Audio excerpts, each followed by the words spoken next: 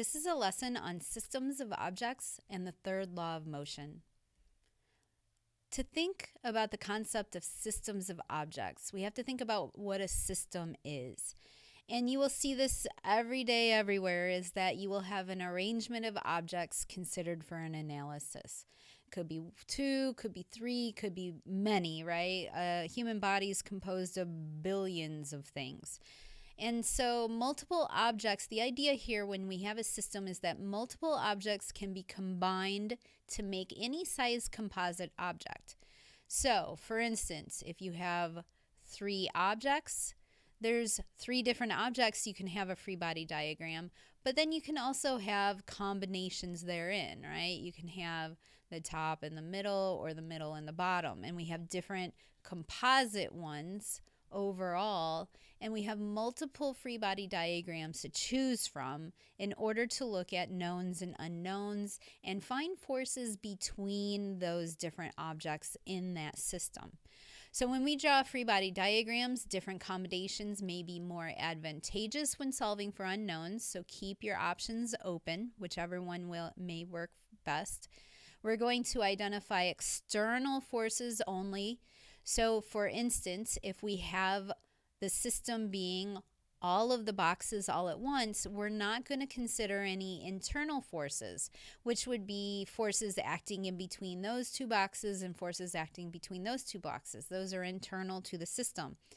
I don't think about the force that my liver exerts on my stomach or what the force my stomach exerts on my liver when I'm looking at my whole body. That's an internal force. And so when we do free body diagrams, we're going to not consider those.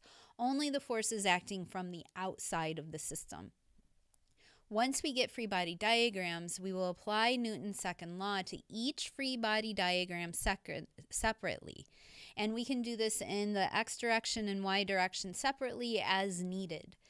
And the mass, and this is important when we do calculations, if you're combining all of the objects into one free body diagram, when you go to write down Newton's second law and what that mass is, it will be whatever the mass is in that free body diagram.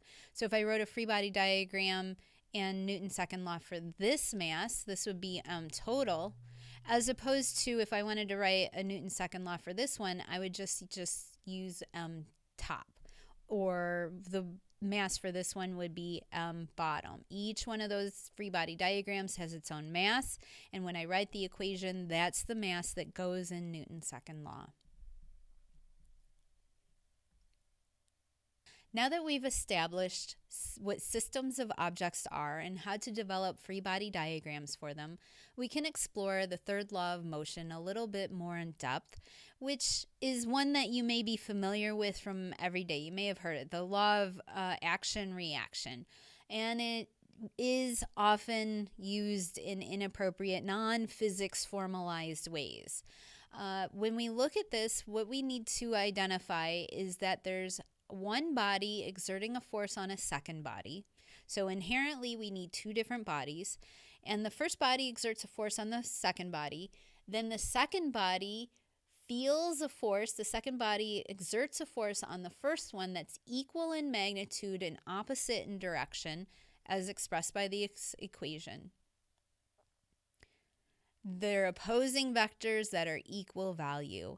And notice that I have two different objects, right? It requires two bodies to be in interaction with one another, and only two bodies. This is contact and non-contact forces. So I may push on the wall and the wall pushes back. That's a contact force. But one that may be more subtle for you to identify is that there's a gravitational force on you from the Earth, regardless of how far you are from the surface of the Earth. The moon feels a force from the Earth. As such, the moon exerts a force back on the Earth. And that's something that is noticed as in the tides. That's the force of the moon on the Earth. The water moves according to the moon pulling on that water. So non-contact forces also fall under the third law of motion. When you're drawing these, they must be included in free body diagrams of the objects within the system. So again, if I have two objects in the system, when I draw each of their free body diagrams separately, I will have a force on one from the other in each of their free body diagrams. These two forces cancel each other out in the system, but they must be identified as external forces of each individual free body diagram separately. Of course, I picked some problems for us to look at to practice these concepts. And the first problem that I have is drawing the free body diagram of three boxes. Three boxes A, B, and C are on a frictionless surface. A horizontal force moves them forward with a constant acceleration.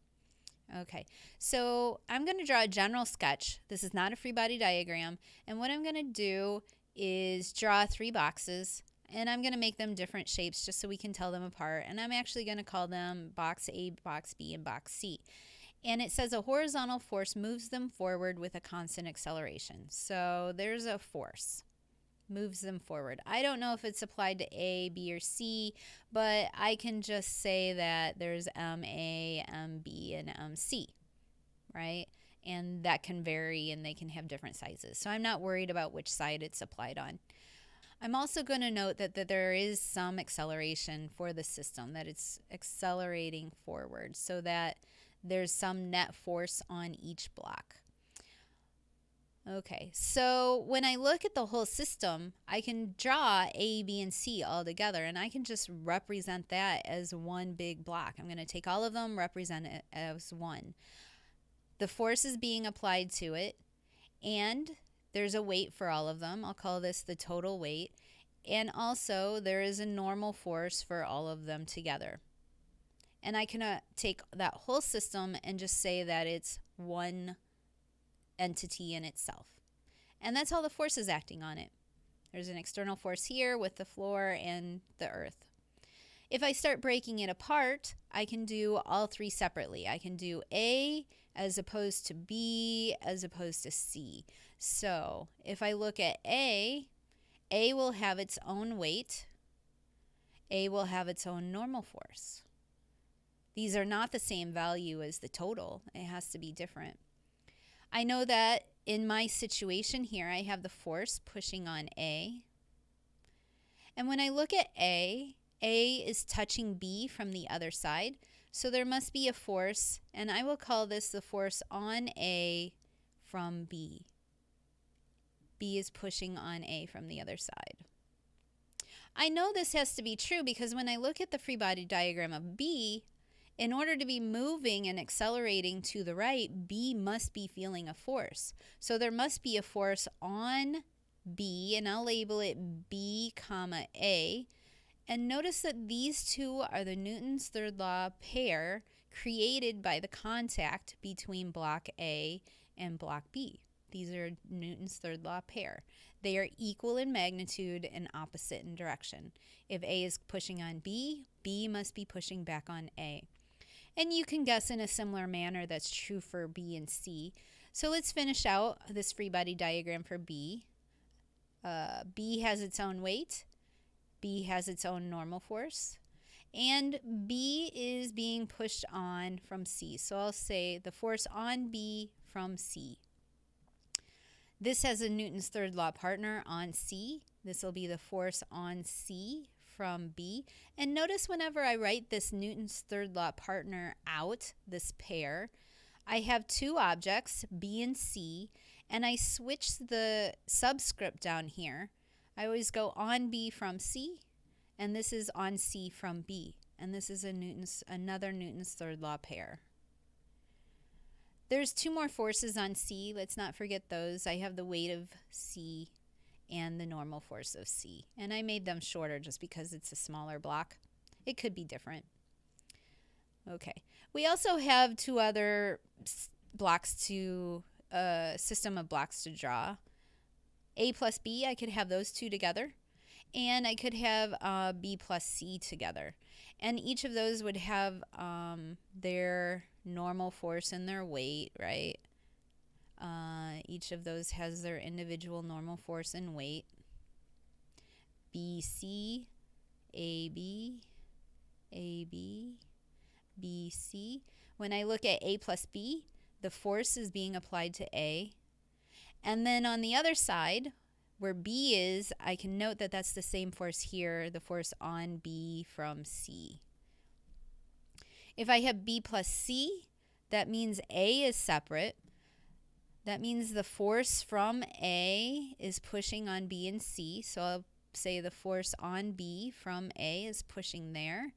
And then also, actually that's it. There's no other force. One common misconception that I have when it comes to this problem and identifying Newton's third law pairs in here is that you see this force on the end, and some people think, well, that force is pushing all the blocks and making all the blocks accelerate. And so they want to put that force on not only the whole system and on A when it's being applied. It actually is being applied here. But for some reason, they want to put it on B and C, and that is not correct. That's not correct at all. When I look at F, it is a contact force, and F is not in contact with B, and F is not in contact with C, so you will not want to put that force on those two blocks. It's only on block A or any free body diagram that has A in it that you will include this external force. It doesn't touch B and it doesn't touch C, so it won't be on their free body diagrams. I picked a problem for us to do some numerical work. And so I have two touching blocks, just two of them this time. The problem says two blocks of mass M1 equals 8 and M2 equals 3 are in contact with each other on a frictionless surface. Okay, so I'm just going to draw a quick sketch over here. I have M1 and M2, and M2 is smaller than M1, so I drew it smaller. And I'm going to make note here mu equals 0 with this surface so that there's no friction. Okay, a horizontal F equals 72 newtons is applied to block M1 to move both blocks. All right, so there's F. It looks very similar to the problem that we had in the prior slide, with just two masses. So let's write down what we know. I'm going to say M1 equals 8 kilograms. M2 equals 3 kilograms, and the force equals 72 kilograms. Draw the free body diagram for each block. Okay, I can do that. Let's do M1 over here. M1. M1 is experiencing this force F. M1 has a weight and a normal force, so I'll call this weight 1, and I have normal 1. There's no friction force. The resistive force on M1, because it's in contact with M2, will be in that direction, opposing the motion. So this will be F on 1 from 2. I can assign a coordinate system, and it seems like it's going to be accelerating because there's no friction. Overall, when I look at this whole system, there's no friction on it, so it will be accelerating. So yx, and I can make note of the acceleration both here and on the whole thing. I'll keep that in mind over here. They asked me to do a free body diagram for each block, but I'm going to keep in mind that I can do a free body diagram of the entire system if needed. Okay, so let's draw M2. M2 has a Newton's third law partner on it. That's the one pushing it to have acceleration. F1 on 2, F2 on 1. Those are Newton's third law partners. Of course, there's going to be a normal 2, and there's going to be a weight 2. Okay, so I did A. That's part A here. A. Part B says, identify the third law partner for each of the forces on block M1. Okay, I'm going to do that over here, and I'm going to make a table. And over here, I'm going to have the force on M1. So we'll do that over here, the force on M1. And then I'm also going to have the partner. And this can be challenging, and that's why I included this example on this slide, is to be able to identify well the partners, because it can be tricky. What you're looking for is opposite and opposing vectors, but on two different objects. And this is what people stumble over, is identifying the two different objects.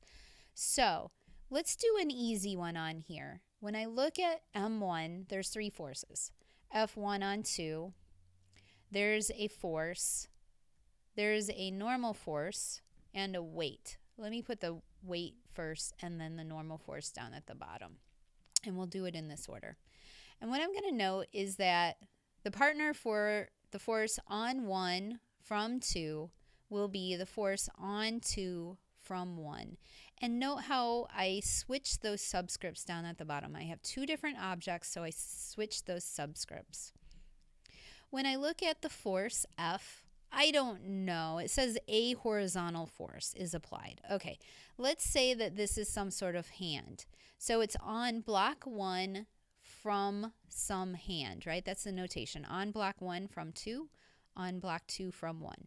So in this situation, the force F is on 1 from maybe a hand. So when I think about the Newton's third law partner, I have to switch those two and say, well, that hand will be feeling a force from block 1. That's where the two forces that are equal and opposite on two different objects comes in. Okay. When I think about the weight on 1, the weight arises because there's some gravitational force. There's some force on 1 from the earth. Right? This is a non-contact force. This force is arising because there's the earth. There's two objects in interaction. So when I think about the Newton's third law partner for the gravitational force on block 1 from the earth, it will be that there's a gravitational force on the earth from block 1. Just like in the moon-earth situation, the same is true for this block or you sitting there, right? Any object will be pulling back on another object with gravity. So, and again, I'm just switching those two subscripts. The final one here is the normal force. The normal force I'm going to identify as a force on block 1 from the table, or a surface. It says a surface. Surface, whatever that surface is, it's on block 1 from the surface.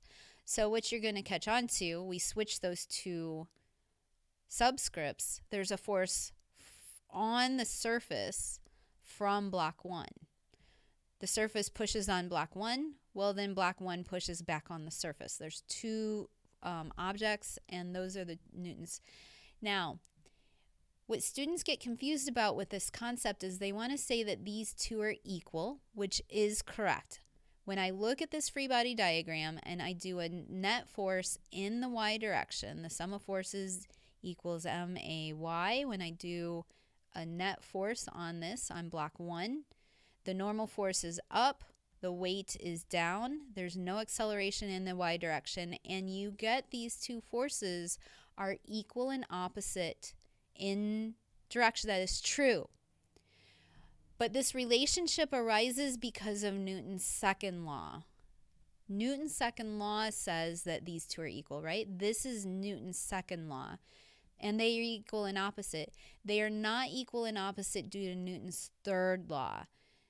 So if you write that these two are equal, that these two are a Newton's third law pair, they're not a Newton's third law pair. Not Newton's third law pair. They're not equal and opposite of each other because of Newton's third law. They're equal and opposite to each other because of Newton's second law. It's a very subtle concept, and they will try to trick you. I see people try to trick you on exams for this. So that's part B for this problem. Let's look at part C. What is the magnitude of the force F12 on M2 of M2 on M1? So we want on M1 from M2. What is F12? Well, that's this here, and I can highlight it here, right? We want to calculate this. They're asking us, what is that value? What is that value? Well, what I'm going to note is that I can do a Newton's second law equation here. I know the force of the hand. I know the mass. I can be able to calculate it, but I don't know the acceleration. Okay, that was something that I put over here too, that I don't know the acceleration. The other thing I'm going to note is that there are a lot of forces going on here, and if I really wanted to, if I want to find F12, I could find just F21 from this easier free body diagram and know that they're equal in magnitude. Okay, so it seems like there's two things I need to address when I was talking about there. First, I need to find the acceleration.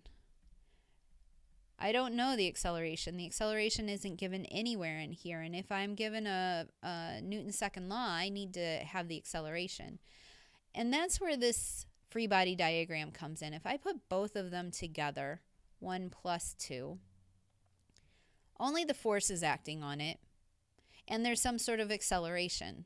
Of course, there's a weight and a normal force for these two together. But what I can note is that the acceleration is here, and there's no friction. So if I wrote out a Newton's second law equation here for both of them, the net force on all of the masses equals the total mass times the acceleration, such that I could find the acceleration. The total force, and let me do this first before I go too far. The total force, all of the forces on this free body diagram is just F. In the horizontal direction, that's the only external force in the horizontal direction. Well, that will equal the total mass, 8 plus 3, which is 11A. So I will write M total A. And if I want to find the acceleration, I will get F over M total. So I get 72 over 11. And you can calculate that. The acceleration is equal to 6.54 repeating meters per second squared. And notice I use the free body diagram of the whole system in order to find the acceleration. Now that I have the acceleration, I can use it in order to find this force that I'm trying to calculate, F12. And the second part of my strategy here is that I will use, and let me erase this out of the way. This is old work from the previous part. The second part I'm going to do here is I'm going to apply Newton's second law on block 2. Okay, so when I look at block 2, it has an acceleration. Here's the coordinate system, and there's some sort of acceleration going on. And so I can see that only F12 is causing this second mass to accelerate. So I will write this out. The sum of forces on block 2 has to equal the mass of 2 times A. All of the forces on the free body diagram on block 2 is just F2, 1, and that has to equal M2A. Well, I know M2 and I know A. F12 I know is equal to F21. I'm trying to find F12, so I will multiply M2, which is 3, times the acceleration, 6.54 repeating. And so I get F12 equals 19.63 repeating, and this will have units of newtons.